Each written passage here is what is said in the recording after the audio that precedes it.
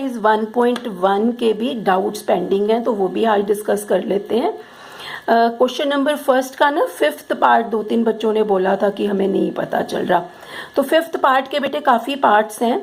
तो ए पार्ट है इसका, इसमें ना हमें शो करना है कि ये जो रिलेशन है, मतलब शो नहीं करना, जस्ट चेक करना है कि क्या ये रिफ्लेक्सिव, सिमेट्रिक और ट्रांजिटिव है या नहीं है।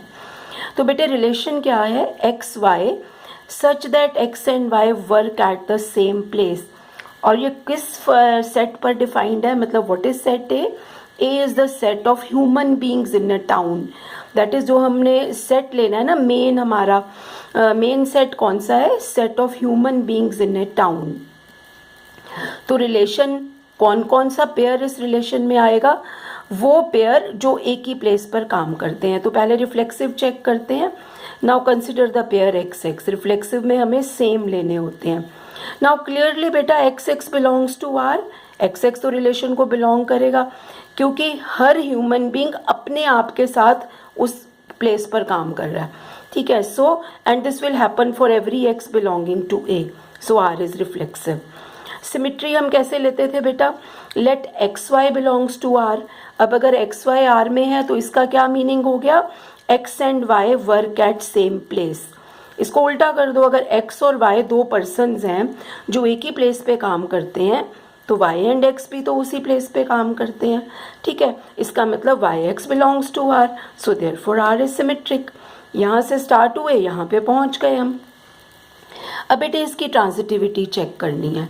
So let X Y belongs to R and Y Z. याद है ना ट्रांजिटिविटी में यहाँ वाई आना है तो इसकी स्टार्टिंग में वाई आना है, Y Z belong to R. Now what is the meaning of X Y belonging to R, this means X and Y work at same place. इसका मीनिंग क्या हुआ, Y and Z work at same place. अब 3 persons हैं, X Y Z. X और Y एक ही जगह पे काम करते हैं, वाई और जेड एक ही जगह पे काम करते हैं, इसका मतलब एक्स और जेड भी एक ही प्लेस पर काम करते हैं। So that means X Z also belongs to R, so R is transitive. मतलब मैंने पेयर्स लेने हैं, पहले पेयर्स के ऊपर रिलेशन का रूल अप्लाई करना है, फिर वहाँ से मैंने देखना है ए और सी पर वो रिलेशन सेटिस्फाई होता है कि नहीं होता। अच्छा बेटे जो इसका बी पार्ट था ना वो सेम ही है, बस थोड़ा सा चेंज है। अब जैसे उसमें था ना कि they work in same place, यहाँ पे उन्होंने कर दिया they live in same locality, actually यहाँ लिव आना है। फिर भी आप ना बुक में चेक कर लेना कि एग्जैक्ट क्या है, कि X and Y live in same locality, तो ये भी सेम है कि एक्स और एक्स रिफ्लेक्सिव है क्योंकि हर बंदा अपने आप के साथ उसी लोकेलिटी में रहता है।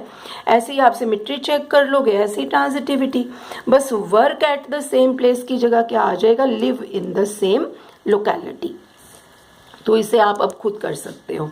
उसके बाद बेटा इसका सी पार्ट, इसके सी पार्ट में था कि जो ए सेट वही है ह्यूमन बींग्स का, कि जो रिलेशन आर है इट इज़ क्या गिवन है इसमें, पेयर कौन सा लेना है, X is exactly 7 centimetre taller than Y, कि एक पर्सन दूसरे से, पहला पर्सन दूसरे से एग्जैक्टली 7 सेंटीमीटर टॉलर है। तो बेटे रिफ्लेक्सिव के लिए वही बात है कि मैं ये सेम पेयर लूंगी एक्स एक्स, तो ये बिलोंग नहीं करेगा आर को क्योंकि हर बंदा अपने आप से टॉल तो नहीं हो सकता ना, हमें इसमें इट सेल्फ लेना होता है, तो अपने आप से टॉल नहीं है, इसका मतलब आर इज नॉट रिफ्लेक्सिव। मतलब ये हर एक के लिए ही होगा क्योंकि कोई भी ह्यूमन बींग अपने आप से लंबा नहीं हो सकता।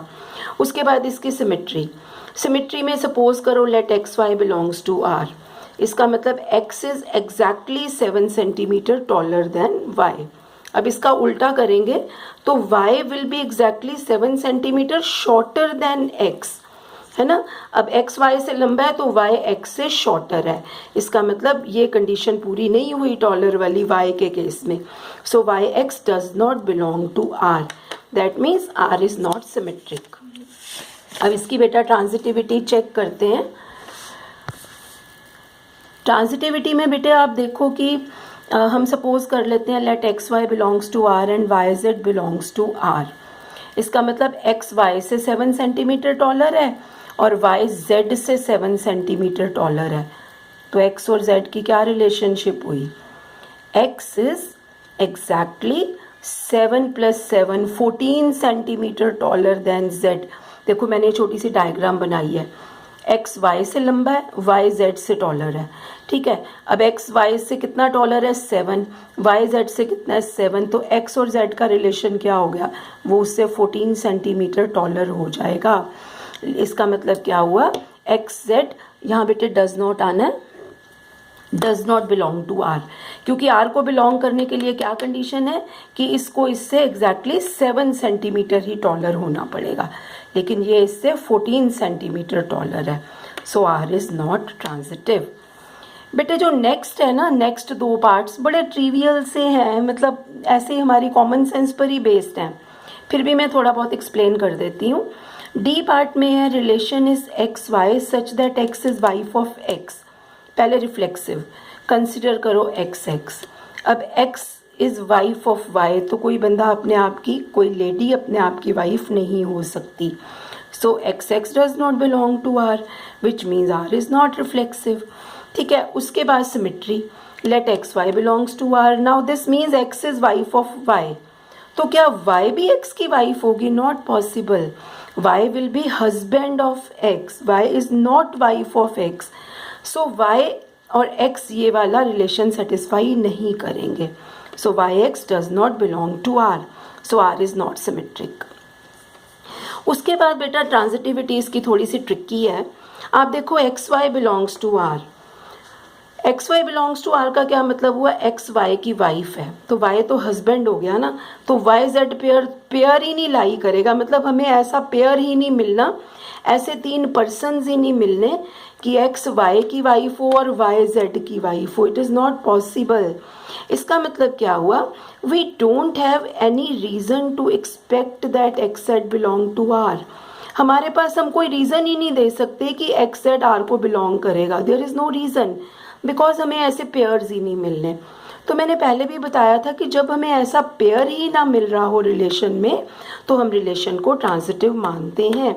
वैसे आपकी बुक में पीछे आंसर में नॉट ट्रांजिटिव लिखा हुआ है, but it is not true, because ये क्लियर कट मैंशनड है कि अगर हमें बेटे चेकिंग के लिए दो पेयर नहीं मिल रहे हैं तो हम रिलेशन को ट्रांजिटिव मानते हैं। सिमिलरली बेटा फिफ्थ क्वेश्चन का लास्ट पार्ट, इसमें है X is father of Y, ठीक है। तो ये बेटे ये तो बिल्कुल ही इसका वही आना है जैसे वाइफ वाला था कि ये रिफ्लेक्सिव नहीं होगा क्योंकि कोई बंदा अपने आप का फादर नहीं होता।